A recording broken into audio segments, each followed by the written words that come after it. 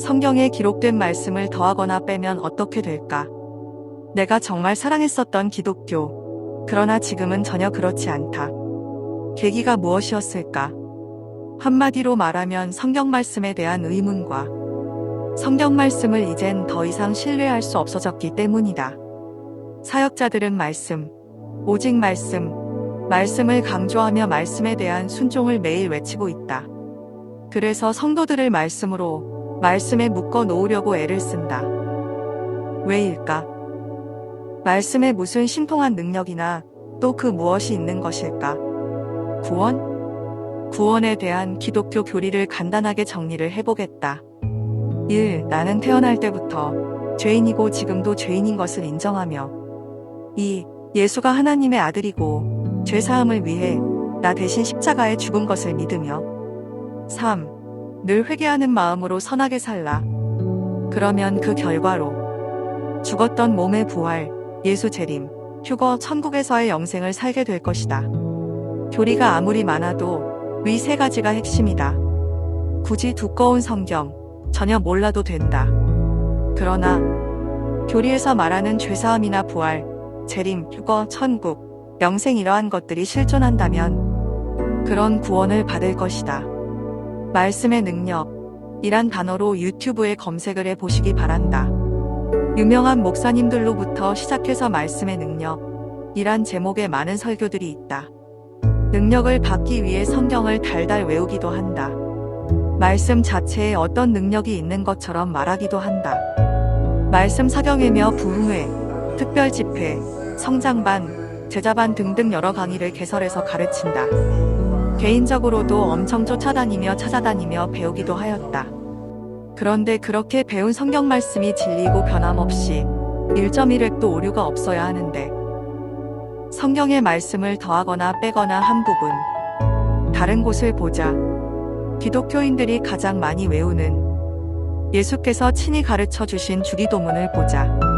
개역개정 성경 마지막 끝부분 마태복음 6장 13절 나라와 권세와 영광이 아버지께 영원히 있사옵나이다. 아멘. 이라 쓰여 있다.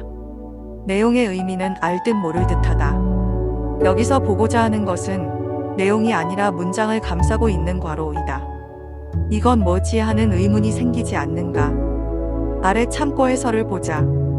고대 사본에 이 괄호 내 구절이 없음이라 되어 있다. 쉽게 말해서 더 오래된 사본에는 이 부분이 없고 후대에 첨가되었다는 의미이다. 그러면 다른 번역 성경을 보자. 새 번역 성경. 나라와 권세와 영광은 영원히 아버지의 것입니다. 아멘. 그런데 여기는 괄호가 아니라 겹 대괄호가 있다. 아래 해설을 보았지만 참고 해설이 없다.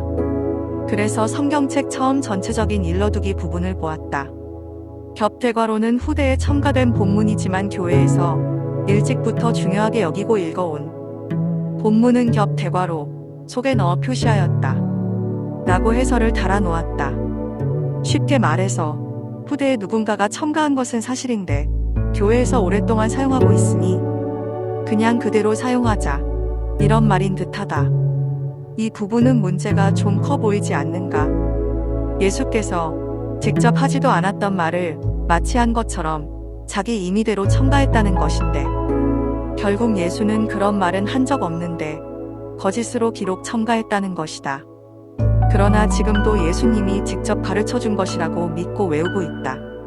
경전을 자신들의 어떤 좋은 의미들을 담아 임의로 바꾸어도 될까? 이슬람교는 아랍어로 된 쿠란 경전 외의 번역본은 의미가 달라질 수 있기에 경전으로 인정하지 않는다고 한다. 예수께서 하지도 않았던 말씀을 거짓으로 첨가했으니 요한계시록 22장 18절에 의거 모든 재앙을 피할 수 없을 것 같다. 아마도 하나님의 아들 예수님을 속였으니 영벌에 처해졌을 것으로 생각된다. 새 번역에 있는 다른 종류의 부호에 대해 더 알아보자.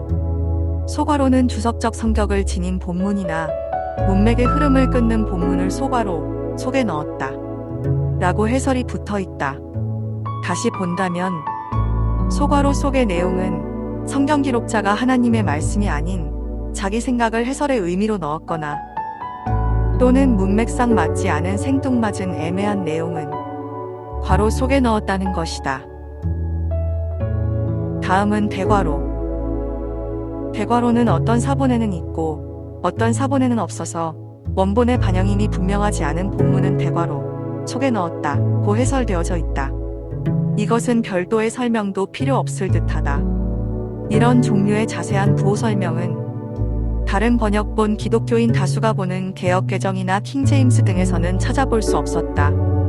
오직 새 번역 성경에만 있다. 중요하지 않아서일까? 아니면 무엇을 숨기려 하는 의도가 있어서일까? 모든 책은 완전 무결하지 않다. 그래서 책에 따라서는 수정본을 내기도 한다. 오랫동안 찾으라 구하라 두드리라는 예수님의 말씀을 따라 값진 진주를 찾아다닌 결과 교회의 교리나 현대의 교회 속에는 예수가 없다는 것을 알게 되었다. 물론 혼자만의 생각이다. 참 진리의 예수를 알려면 율법이나 성경의 모든 말씀들로부터 자유해져야 한다는 것이다. 성경 모든 말씀은 어떤 목적지를 향해 가는 버스와 같은 도구일 뿐이지 자체가 목적이 될 수 없다. 목적지에 도착하면 버스에서 내리듯이 말씀 또한 버려야 한다. 그 목적지가 천국이라면 그 천국은 지금 어디에 있을까? 어서 꿈에서 깨어나시길 진심 바랍니다. 다음은 겹 대괄호가 있는 다른 부분을 보겠습니다. 지금까지 말씀드린 이 모든 부분도 진실이 아닐 수 있으며 오랫동안 정통교회에 다니면서 느끼고 알게 된 부분들을 나누고 또한 시간과 물질들을 헛되이 쓰지 않기를 바라는 마음입니다. 감사합니다.